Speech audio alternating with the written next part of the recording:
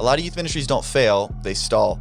And for many of them, this happens between the 10 and 25 student mark. And today in this episode, we're going to talk about why that happens and what you can do to change that. Common trend is to say, okay, well, you should have about a tenth of the congregational size in youth ministry. So like if you have a church of 250, you should have about 25 students.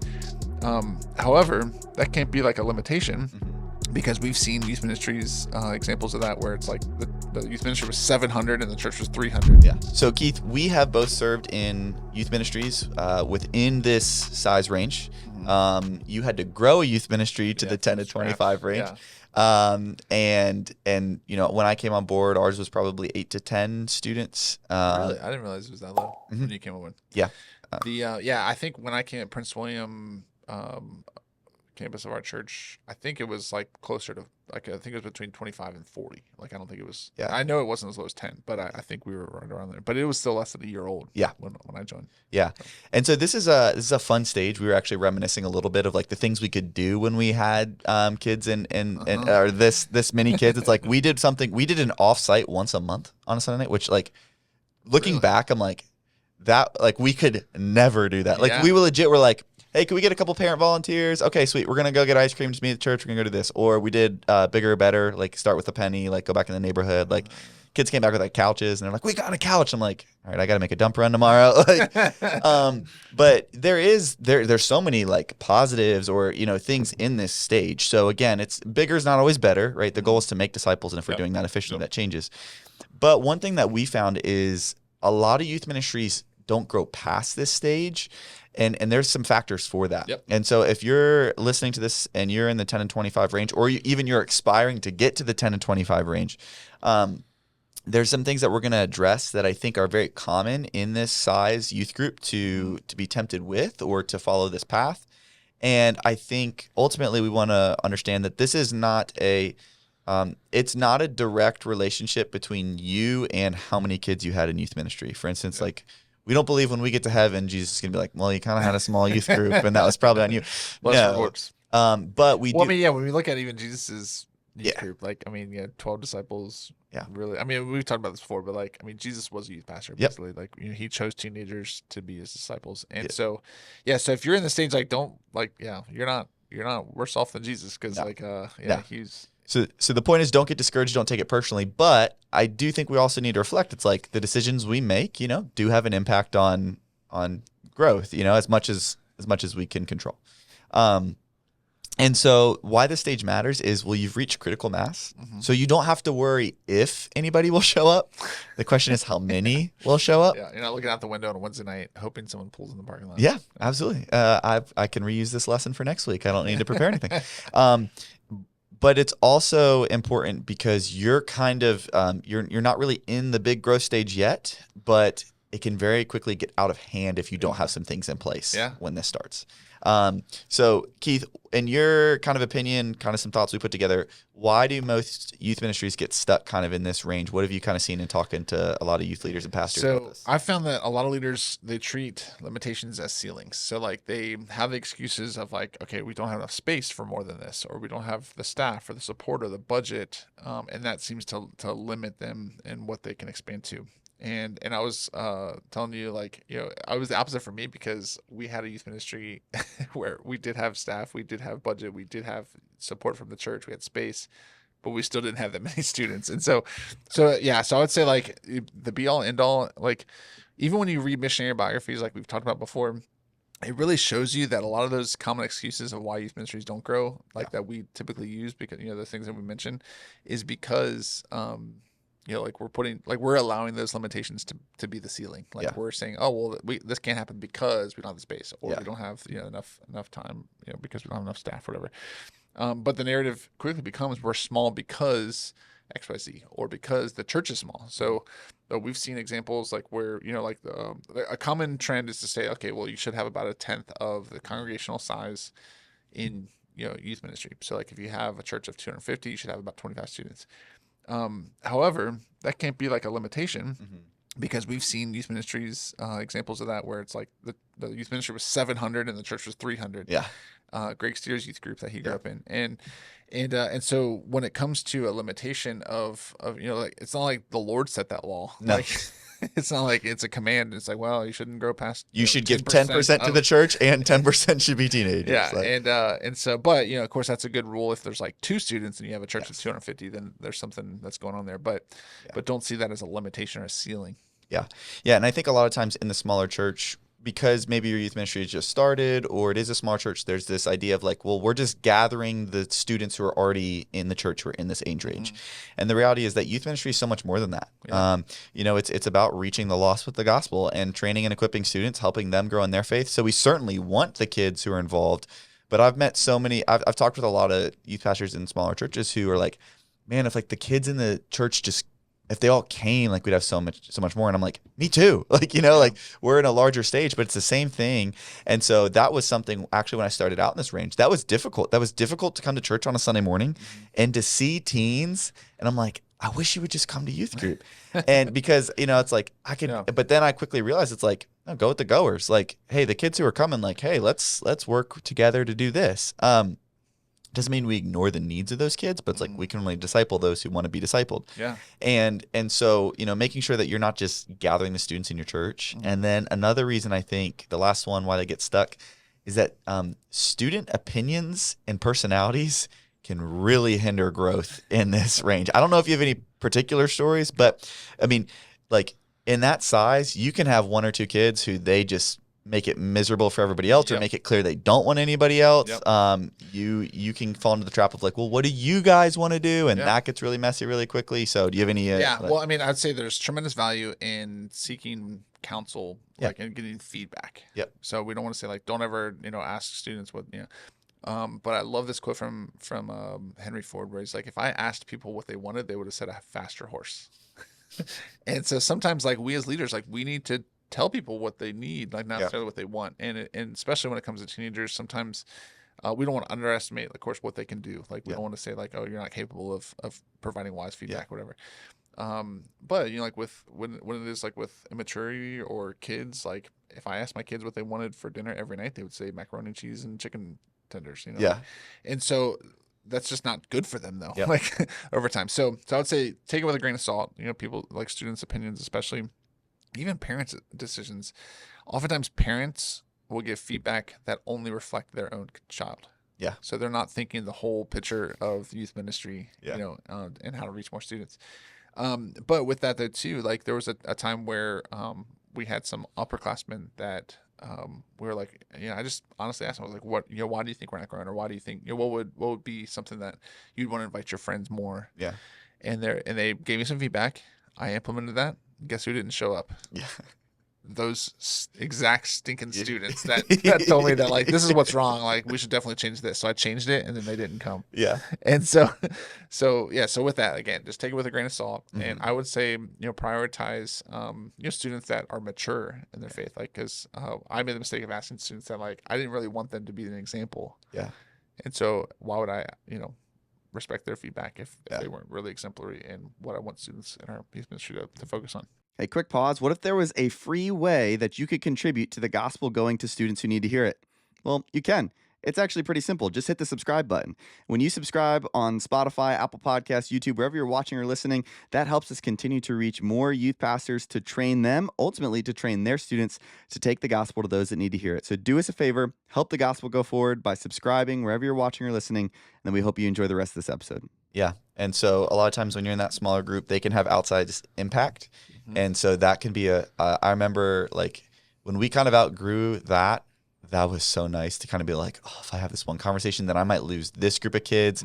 And then there goes, 25% of our youth. And now it's like, hey, here are our standards. Like you come or don't. Like, I want you here, but at the same time, like, it's like we lost 5 kids. It's like, now I don't love that we lost 5 kids, but there's a lot of freedom in that. And so, which I think is why Jesus could say like, yeah, I'm not lowering this because my goal is not to see how many kids I can get. So that was a me reflection, not a this size. But what's kind of the mindset shift? So we've talked about like why they get stuck. What are kind of the things in this time frame that maybe somebody might need a change of how they see this? Why, those of us who've kind of had, those size groups and have grown past, what are some things that we look back on and we're like, man, that was nice to have. I kind of would love that back. Or if I could go back and really focus on this more, what are kind of the mindset shift that needs to take place? One, I mean, the season will offer access that you won't always have. Like you'll literally be able to invest in every student in your youth ministry and know them personally. Yeah. Which is not always the case. No.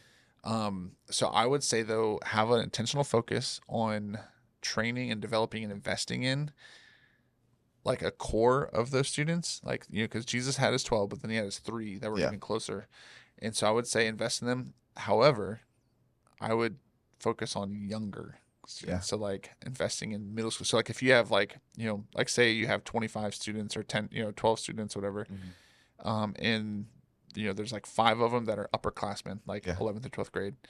And then you have like the rest that are like middle school. Yeah. I would say like, even if they're not, the most receptive, like invest in those middle schoolers so that your youth ministry will grow as they're still attending. So now I'm not saying like, don't even pay attention to the upperclassmen, like they're lost cause or anything like that. But like, you're going to see that if you invest if you're there for the long haul, like you're going to see that investment, like in them, like really expand as they get older. Yeah. I think looking back, the one thing I wish I would have understood more in this is, listen, you need to prepare for a time where you are not the central hub of ministry. And in that range, you can be, right? Like, let's face it, in those smaller youth groups, like a lot of times you're coming because it's like, I like the youth pastor or I don't like the youth pastor. Whereas when you get a little bit bigger, it can change where it's like, yeah, the youth pastor's okay, but like I love all my friends go there and I love that. And so the goal in this stage is to prepare for when you're no longer central. And that's hard to do when you're like, but I can just do it all myself. But the reality is you can manage it right now, but you can't if God brings an increase. And so a lot of times it's like, we felt this as a church, right? We were in a place where we weren't like an unhealthy church, like, we weren't in the news, like we didn't have like major moral failings. But we did feel it's like, and this was years ago, it was like, hey, we're kind of in a place right now where we're like, I don't think God's going to send people to us until we start to kind of clean some things up. And what do you know? We started to clean those things up, and all of a sudden God started to send people.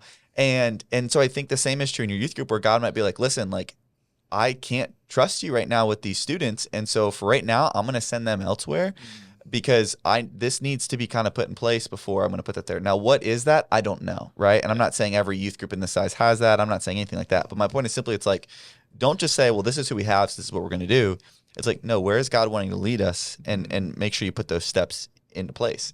The last thing I'd say before we really get super practical is there's a tendency to kind of have a boutique style of youth ministry where it's like, well, we can customize to everybody, so we'll just customize to everybody. And that was something where it was like, if a kid has a problem, I was like, well, I'll just take them out to eat. We'll just talk about it. And that's a great thing. Like, I wish I had that back. But at the same time, I found it was like, the answer was, well, I'll bend over backwards to keep your kid, to make your kid want to be here. And in the reality, if I'm looking back, I was like, yeah, none of those kids stuck around anyways, because once we outgrew that, I didn't have the time or attention to do that. And we had other leaders who were willing to do that, but they had kind of gotten used to this extra investment. And then when other things happened and, hey, that might not have been for a season, it was like, well, he just doesn't care about me. And it's like, no, like this kid, needs help. So I don't know if you have any experience with that too, but you quickly lose the ability to cater to everybody. And so you need to be able to kind of develop that, like, yeah, we could do this, but I actually don't know if that's what's best in the long-term growth of our youth. Well, and I think some of the times, like, what I see in smaller youth ministries in this stage are, they say yes to everything because, like, they're afraid of rocking the boat or like, because, like, so in other words, one family says, hey, we have a fire pit at our house. Why don't we have the teenagers over for a bonfire? And that it's like well-intended, like, it's like, it could be a great thing. But you need to be able to say, like, okay, this is where we're heading as a youth ministry. Does a bonfire fit into what we're trying to do? And I think that shift was when, like, we really started to grow. It was like when it wasn't just like, oh, that sounds like a good idea. Let's do that. Well, that sounds like a great idea too. Let's do that. Like, and people would just give this feedback, and you're like, okay, yeah, let's do that. And it wasn't until I started to say no with clarity, like where I said, like, hey, it's not that that's a bad thing or anything, like, but like we're actually trying to focus on this, and that doesn't really help us to accomplish, where we think the Lord's wanted us to go. And yeah, so you're gonna walk away from this saying bonfires are bad. No, no, no, I'm not. But at the time, like we weren't really doing a lot of just social events. It's Yes. like, okay, well, if we're going to do a bonfire, it's not just going to be for a social thing. We're going to say like, hey, invite some friends because we're going to share the gospel Yeah. at this event, or we're going to train a student to share the gospel with his friends at this event, Yep. whatever. And so just having that clarity will help you not to focus or cater to everyone that asks you to do something. Well, I think you kind of take time for granted when you have a smaller group because Mhm. you're like, oh, I know all these kids. Versus now, I'm like, I have such limited time with all these students and such limited influence that like when they're here, I don't want to just focus on this social aspect. And I think when you're a smaller group, you can because you're like, well, I'm going to get lunch with Jimmy on Friday, so we can have that conversation then. I think you become more, maybe by necessity, you have to become more intentional. So when it comes to what to focus on right now, we'll try and be as practical as possible. But the first thing is, What if I told you there was a free and easy way to grow yourself as a youth leader and your youth ministry? Well, there is. Beyond the Youth Room's Youth Ministry Mastermind is a community by youth pastors for youth pastors filled with free resources, tips, best practices, and content that you can only gain access to through the community. Join the community of hundreds of like-minded youth pastors around the country and world, all working together to take the gospel to the next generation and, more importantly, training their students to do the same. So if you are tired of being held back, if you're tired of making excuses, go ahead, check out the link in the description below, join the Youth Ministry Mastermind today, and get started taking the gospel to the next generation. focus on growth over programs and offerings. So kind of what we just talked about. Don't focus on improving your programs or widening your offerings. The key to growth is people, not programs. So a lot of times smaller youth groups are like, if we could just redo the youth room, like, kids would, right now we're in this dingy if you basement. build it, they will come. Yes. Yeah. It's like we're in this Doesn't work. dingy basement. Or, hey, if we just ran a better program and we had better games, if we did these things, and the reality is that that's not actually what brings real spiritual growth. Yep. And we kind of know that internally, but we kind of think, hey, if I can get more kids in here, then we can start to grow spiritually. Yep. And the reality is, like, we are believers. There's some arguing over this, but we are believers in what you win them with, you win them too. Yep. It doesn't mean you can't have fun things to say, hey, this is an easier invite. No fun. But the point is simply, it's like, but if even your strategy of we could reach more kids if we had a better program or nicer things, Yeah. like that reflects kind of where you think we're going. And so a lot of times it is like, well, if we get more kids in here, let's have more programs. Like, or we could do more offerings in order to get, it's this idea of like, if we do more, then more will come. And the reality is like, no, the more you train and invest and pray, like God will give an increase. And so make sure that you're focusing on, numerical and spiritual growth, but through people, and don't mistake it for the church down the street just has a larger youth group because they have a better program or more staff. Yeah. And the reality is, no, like it could be, but they had to get there, And so somewhere along the line, like they did grow. Yep. And then number 2, you're still flexible. Use it.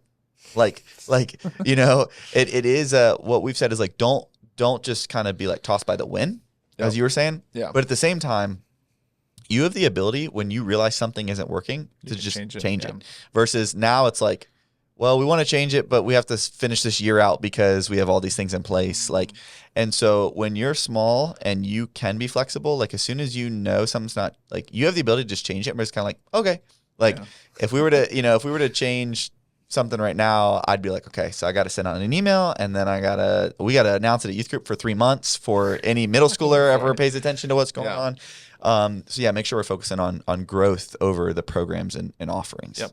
When you think of that too, like, I mean, I remember going into this kind of mom and pop, like restaurant, it was like a deli restaurant, and I walked in and there was literally like, they had the menu up on the wall, like what you could choose from. And I literally could not figure out what genre of food this place sold because there was like everything. Yeah. And there was so much. I was like just standing there looking at this wall of like opportunities of like and I was like, so what kind of food? They're like, oh, well, we can make whatever you want. And I'm like, I don't even know what to do right now. Like I was so overwhelmed by the choices, as opposed to you walk into Chick-fil-A, they're not selling hamburgers. No. Like they're selling chicken. Yeah. And they only have like a certain amount of things on their menu, and that won't change how many things they offer. Yeah.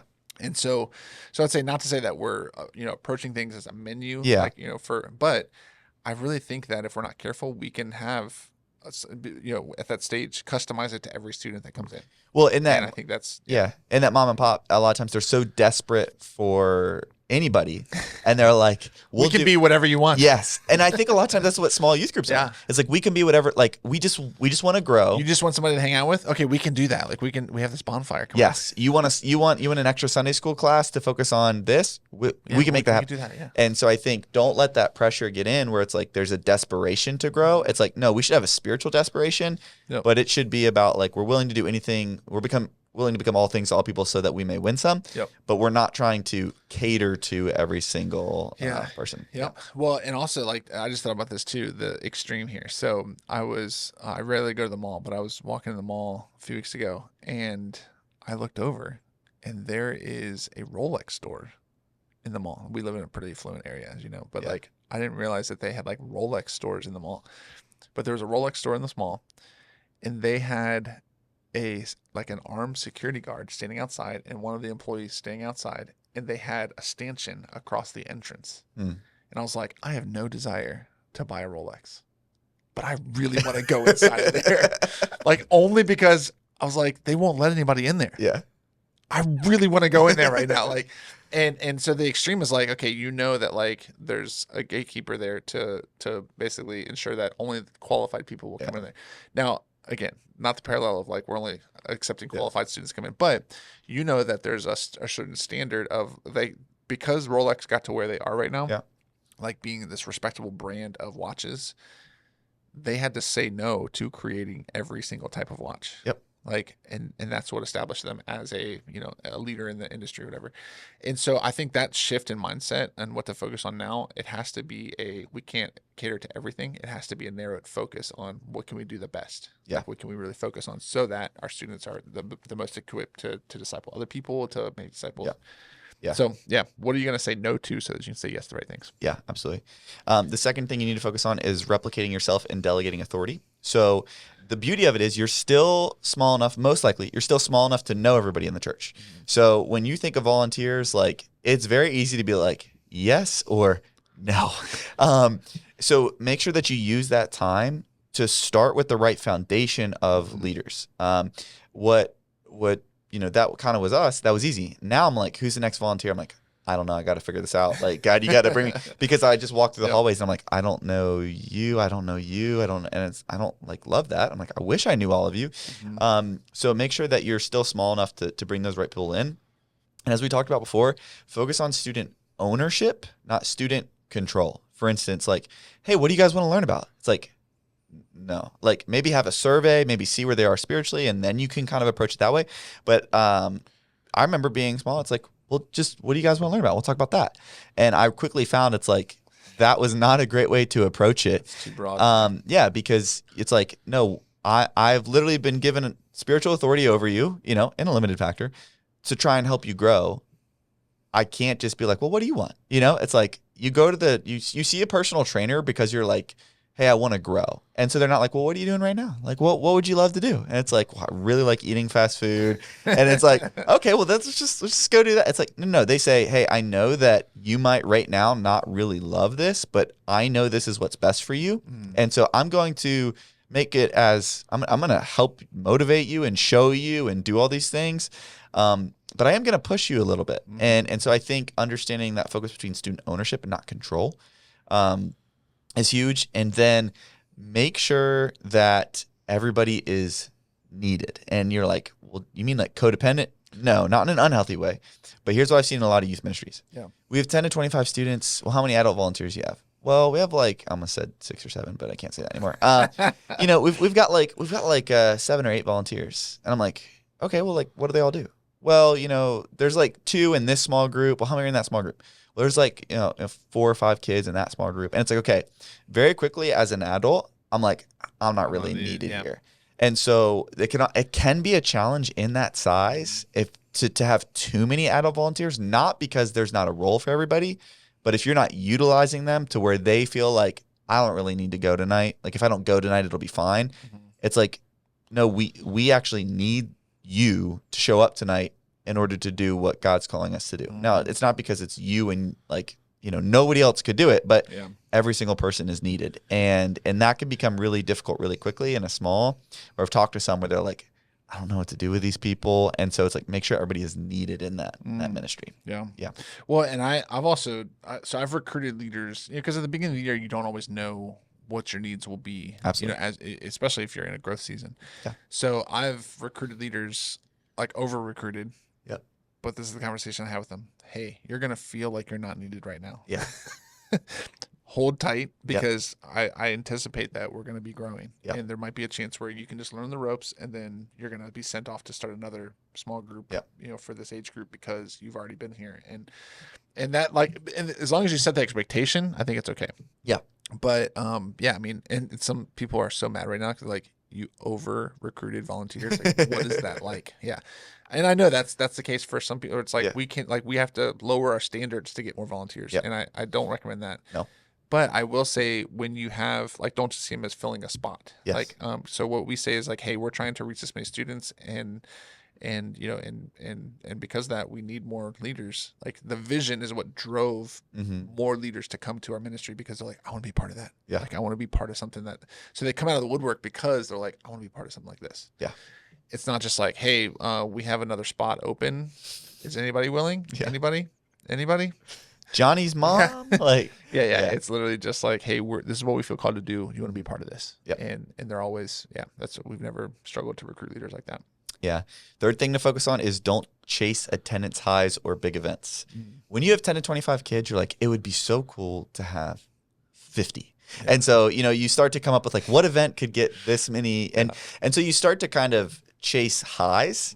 And the reality is that's not what real growth looks like, right? Yeah. Like, okay, you had this great event. You saw 50 kids. It's like, but what was the attendance like the next week, And so one of the things that I even try to do in that stage is actually to try and take those out of our attendance. So I didn't it's kind of like, and again, being a small youth group is not bad, but for this analogy, it's kind of like when you put on some weight, you're like, but I can just kind of throw a black shirt on and, like, nobody will know. And it's the same too. It's like, if our attendance chart's doing this, because it's like, well, we had a big event, so we had a high number of kids and then we went down. And well, why are we picking on smaller youth groups? It's because, well, once you get larger, it becomes a little bit tougher to just have a big event and get more kids in. And so don't confuse with bigger events and higher attendance, meaning more ministry took place. And so focus on sending students, not stacking numbers. And so making sure that, like, listen, we're not saying don't do big events. We're not saying praise God for the 50. But guess what? If I normally have 10 to 25 and I can pull off, a big event to get more kids in here, like, absolutely nail that follow-up. Like, make sure that you're following up with each and every single one of them. Because when you really want to grow, sometimes you can grow and then just kind of, like, it's almost like a sugar high where you're like, oh, that was awesome. And it's like, but the sustainable growth is huge. And so make sure that attendance highs are tempting and they're fun. Like, dude, like, even in ours, like, I know you guys had an awesome Christmas party. We had one of our highest attended events in a while. Yeah. We had our Neon Nights event, and, we had probably like 70 more students than we normally have. And it was like, this is so much fun. But also I was like, I'm not ready for this, like, right now. So it was good. Like, it showed me, it's like, you're not prepared for this right now. We were that night, but long term. And so just make sure that you're not just like, hey, well, let's just get a couple of attendance highs here, and then we can say, look at this. It's like, no. Trust that the sustainable way is the better way. And it might happen rapidly, but it can be sustainable and happen rapidly. But we don't want to kind of be doing this. Yeah. Well, and I would say just a critical point there too is there's a certain aspect of stewardship, like, where, I mean, if you think of this, like, with the talents, like, and I'm not talking about like talents like, juggling, singing or juggling or whatever, like the parable of the talents, like, where it's like, okay, this person were entrusted with a few and they were faithful with that, and then God gave them increase. And so I would say, for you to be in a growth season, like, you need to be really faithful with what you have right now, and to care for them well, because and I think that's why, you see so many people that, like, they win the lottery and they're bankrupt like 2 years later, because they didn't have the character and, like, the stewardship aspect before that to handle that much money. And so I'm in the same way, like, and I mean, and somewhat of a parallel. Like you see these huge, fast growing mega churches where the pastors have moral failures. It's a similar thing where it's like there was an increase, but they didn't have like the systems and character in place, the accountability to actually, to survive themselves. Yeah. So Yeah. Last thing to focus on is create the systems before the chaos. yes. And so you can manage everything now. Mhm. You will not be able to forever. And so the temptation is, well, we'll focus on that when we need it. Mm. And the reality is that is something that's actually going to grow the youth group. And so what are some systems that you would say, I don't care if you have 2 students coming, like you need to have these systems in place. Yeah. So check-in. I mean, so this is what boggles my mind sometimes, like where you ask how many students normally come to, like they don't even know Yeah. like how many students, or they might just have like a number because they do a head count in the room, but they have no check-in process, so they can't actually tell who was in the room. Yeah. We didn't, when I first started, Yeah. we didn't have a check-in process because it was like, well, there's 11. We think check-in is for like security purposes or things like that. And No. it's like, no, it's for It's for care shepherding. purpose. Yeah, it's shepherding. So yeah, check-in process that just helps you to determine, like, in some kind of database that's objective. Mm-hmm. So it's not like an Apple Note in your phone. Yes. Like where you're just like, this student was here. It's like, like, yeah, try to Even start with a spreadsheet. If yeah, it's like, spreadsheet if that's all you have, or whatever. If you don't have a database or whatever, but that way you can kind of look back to see, oh, so and so hasn't been here in 3 weeks. Mhm. Like that's the data that you want to collect so accurately so that you can actually tell that. Follow-up process. So like if a student comes for the first time, or even if a student has been absent for a certain amount of time, what is your follow-up to that student to care for them well? And then new believer care. So like if a student, heaven forbid, comes to Christ in your youth ministry, what are you going to do? Yeah. Like how can you equip that student to grow in the faith? Do you have readily available Bibles that you can give them? Yeah. Do you have literature or a way to follow up with them or to get connected with the growth? Like is there a growth track for them? Yeah. I remember when we first had kids trust Christ at youth group, I was like that person who like went fishing and like caught a fish and like then had no idea what in the world to do You're with like, it. do I just bite into it? I'm like, there's a fish, but what do I do? Yeah. And so oftentimes making sure that you have those systems in place before that happens. And make sure that systems protect that care as long as God brings the increase. So this is why you can say, well, I love that every student feels known. It's like, no, you can be known in a big church if your systems are put in place and these things. So don't think you're leaving behind. It's just like, no, you might be more of a facilitator to make sure everybody's known than actually you doing it. So, the last thing that I'd say very quickly, don't fall into the trap of we have to be all things to all people. Do a few things exceptionally well. Yeah. So go all in on what you can do right now. Be the Rolex of the youth ministry world. Exactly. Don't think about the what you can't do. Okay. A reminder, focus on what you can do and go all in. Don't try and act like a larger youth group. So don't try and say, if we just had these things, it's like, no. What are the resources right now? Don't allow material resources to limit, your ability to reach people. Now, are they necessary? Yes. It's the reality of the world we live in to a certain extent. Yeah. But make sure that you don't set that artificial cap, and then don't let critical mass become the finish line. So I fell into this trap of like, oh, well, now we're in we had 50 kids tonight. Like, I don't even know, like, this is amazing, and it was, but we should always have that holy dissatisfaction of like, we could have, legit, I mean this sincerely, we could have 10,000 students show up to our youth group Wednesday night.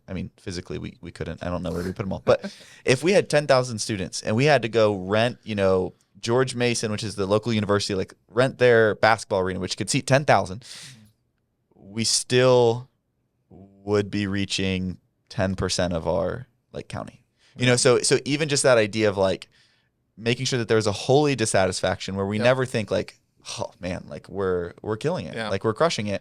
It's like we have more than 10% of our church population.